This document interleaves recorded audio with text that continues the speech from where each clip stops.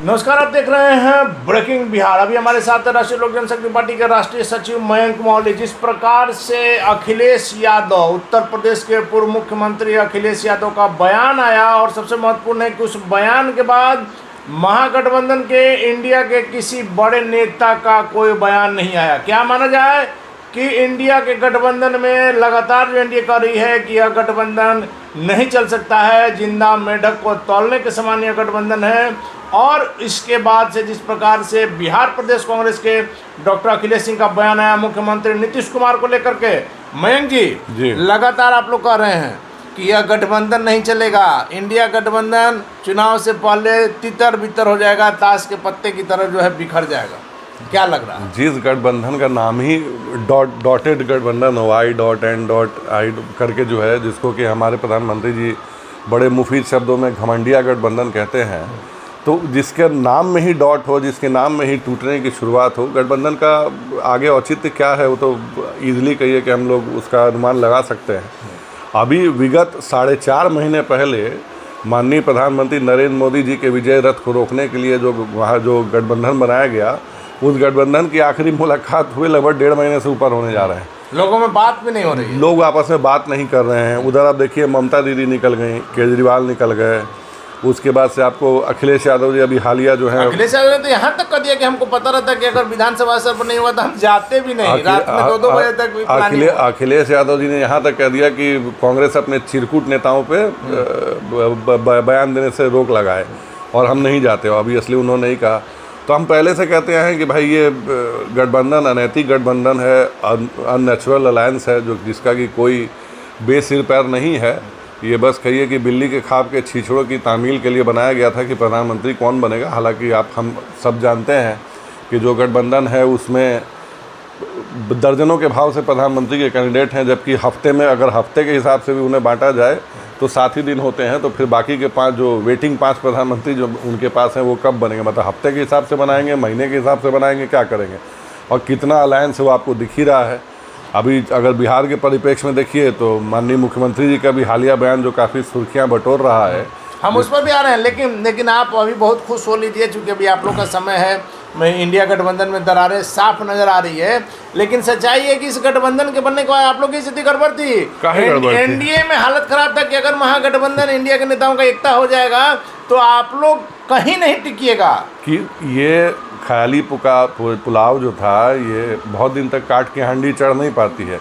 तो ये ख्याली पुलाव जो है अपने आप ही उतर गया। हमने नहीं, आप लोग तो कह रहे थे कि ये गठबंधन आकार नहीं लेगा। मुख्यमंत्री जी ने आकार दिलाया, पटना में बैठक कराया, वैसे नेताओं को एक मंच पर लाया जिनकी कल्पना नहीं की जा सकती थी। अब भाई बेंगलुरु में, मुंबई में माननीय मुख्यमंत्री जी ने अपने आपको प्रधानमंत्री पद के दावेदार घोषित करने के लिए बनाया था।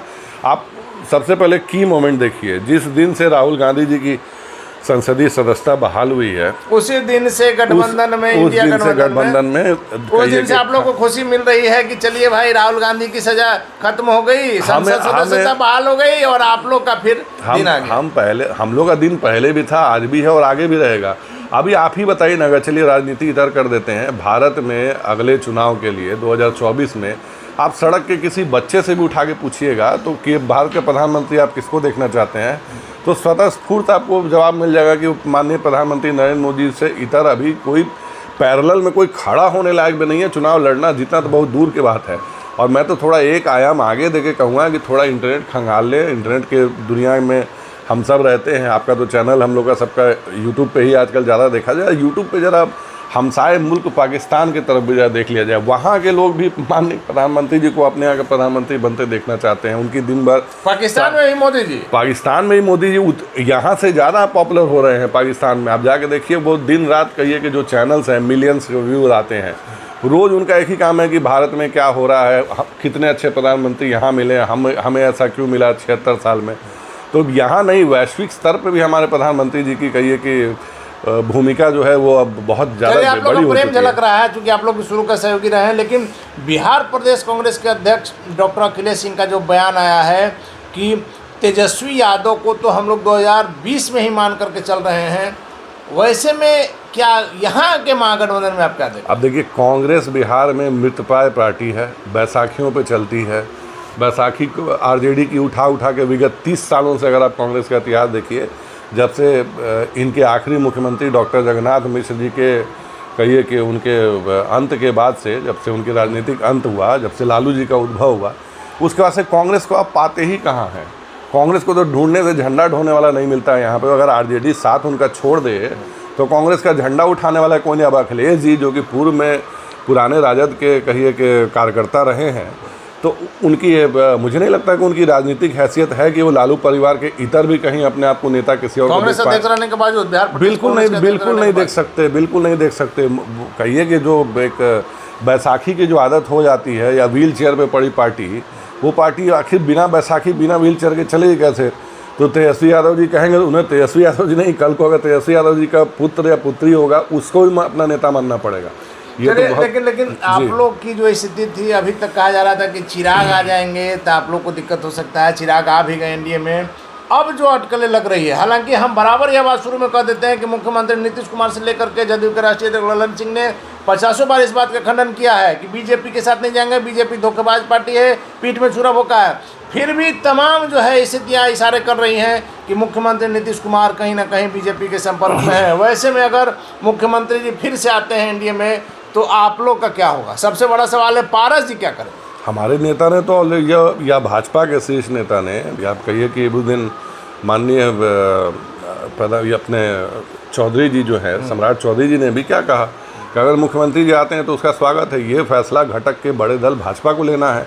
अब बीइंग पार्ट ऑफ एनडीए, हमने तो, हमारे नेता ने तो पहले ही स्पष्ट कर रखा है कि एनडीए में उन सारी वांछित शक्तियों का स्वागत है जो कि भारत को 2024 में माननीय प्रधानमंत्री जी के नेतृत्व में अगले आयाम तक ले जाने को तैयार है। मोदी 3.0 के लिए तैयार है, तो हमें तो कोई दिक्कत नहीं। अगर दिक्कत नहीं है, लेकिन चिराग के आने से हाजीपुर सीट जा रही थी, नीतीश कुमार जी के आने के बाद से क्या होगा? गठबंधन से ही जाइएगा? हमारी सीट कहीं नहीं जा रही थी भैया। हम सिंपल सी बात बोले, जो नए नवेले गठबंधन धर्म के सहयोगी हैं उन्हें सबसे पहले गठबंधन धर्म निभाने की ज़रूरत है। अभी देखा मैंने प्रवचन उनका पिछली बार आए जो भी कि गठबंधन की बातें गठबंधन में होनी चाहिए, तो बातें सड़क पे लाता कौन है? कौन है जो दावा ठोकता है? कौन है जो दिन भर बोलता है कि हम मुख्यमंत्री हैं? तो वो नहीं कहते हैं, समर्थकों का अति उत्साही समर्थक। अरे भाई, तो ये अति उत्साही समर्थक ही है ना भाई। तो आप अति उत्साही समर्थकों को थोड़ा ट्रेन कीजिए, गठबंधन धर्म का अनुपालना सिखाइए। आपको उतना आइडिया, भाई सिटिंग गेटिंग वाली बात है। पार्टी आपकी कहिए कि अभी अंतरिम रूप से नागालैंड की पार्टी है। संसद सब में अगर देखिएगा तो संसद में अभी भी मामला लंबित है पार्टी के हिसाब से। आज भी आप हमारे ही सांसद हैं।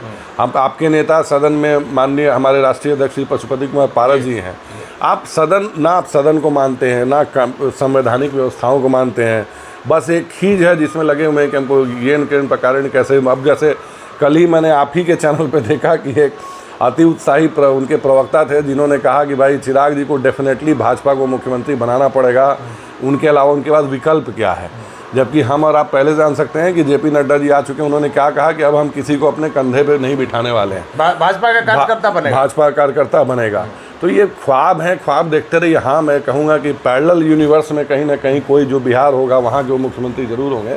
जो मल्टीवर्स की जो एक परिकल्पना जो की जाती है, पर इस धरती, इस पृथ्वी गोले पर जो बिहार है उसके तो ना मुख्यमंत्री बनने के उनके दूर दूर तक ना कोई आसार है, ना वो बनने जा रहे हैं। आखिरी सवाल मेरा यही है कि आप कह रहे हैं कि आप लोग असहज महसूस नहीं करेंगे, लेकिन मुख्यमंत्री जी आ जाएंगे तो 17-17 34 पिछले बार आप लोग को 6 सीट था।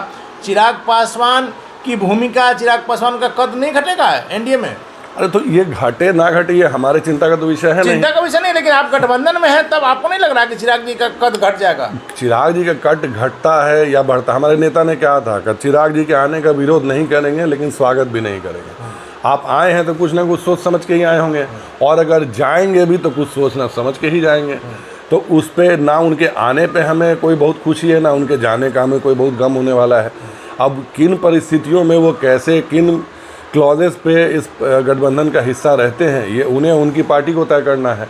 हमारे लिए बहरहाल बस वो एक सहयोगी हैं। लेकिन ये मान रहे हैं ना कि मुख्यमंत्री नीतीश कुमार के आने की जो है पृष्ठभूमि तैयार हो रही है। अरे तो उससे डरना उनको चाहिए। डरना नहीं, लेकिन आपके एनडीए में आने की पृष्ठभूमि बन रही है। हम तो एनडीए में हैं ही। नीतीश कुमार जी अगर तो हमने पहले भी कहा ना कि नीतीश कुमार जी से डरने की, या नीतीश कुमार जी के आने के बाद जो कहिए जिनको तकलीफ हो रही है वो तकलीफ लोग जनशक्ति पार्टी रामविलास उनके नेताओं को होनी चाहिए। आपको सीटों को लेकर कहीं कोई दिक्कत नहीं? हमें कोई दिक्कत नहीं है। हमें क्या सीटों को लेकर के दिक्कत है? हमारे नेता ने, हमने पहले भी कह रखा भाई कि जब नीतीश जी गठबंधन में थे तो भी हम मजबूत दावेदार थे। नीतीश जी गठबंधन के बाद चले गए तो उस वक्त इकलौते सहयोगी के तौर पर हमारे नेता ने एनडीए का साथ दिया, और बनस्पत एनडीए ने भी परस्पर उन्हें उतना ही कहिए कि भाई सम्मान देते हुए उन्हें विभिन्न महत्वपूर्ण कार्यों में लगाया। माननीय प्रधानमंत्री जी का उसके लिए विशेष धन्यवाद, हमारे नेता पे इस कदर विश्वास जताने के लिए।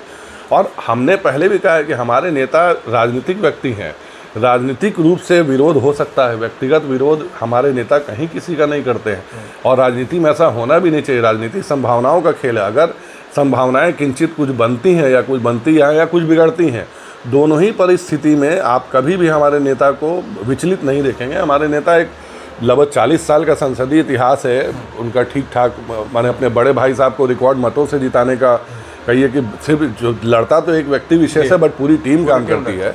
तो कार्यकर्ताओं में पैठ से लेकर के जो कहिए कैडर का जो साथ कहिए, वो सारी चीज़ों का बड़ा अनुभव रहा है। बिहार में मंत्री रहे हैं, केंद्र में मंत्री हैं, विधायक रहे हैं, सांसद रह चुके हैं। तो हमें अच्छे से पता है कि राजनीति संभावनाओं का खेल है। ये उन्हें जानने की ज़रूरत है जो अब राजनीति को बच्चों का खेल समझ के बैठे हुए हैं, जिद लगाए बैठे हैं कि मुझे चांद चाहिए तो मुझे ये खिलौना चाहिए, मुझे वो खिलौना चाहिए। राजनीति चलिए, तो जो जिद लगाए बैठे हैं उनको टेंशन है, पशुपति कुमार पारस की पार्टी को कोई टेंशन नहीं है, मुख्यमंत्री आए या जाए। लेकिन सबसे महत्वपूर्ण बात मयंक मौली ने कही है कि महागठबंधन इंडिया नेताओं का इंडिया जो गठबंधन बना है उसको लेकर के लगातार एनडीए कर रही है कि यह गठबंधन नहीं संभव है और प्रधानमंत्री मोदी के टक्कर में दूर दूर तक कोई नहीं है। मयंक मौली किताब में क्या सच्चाई वक्त बताएगा। फिलहाल बने रहे ब्रेकिंग विभाग से।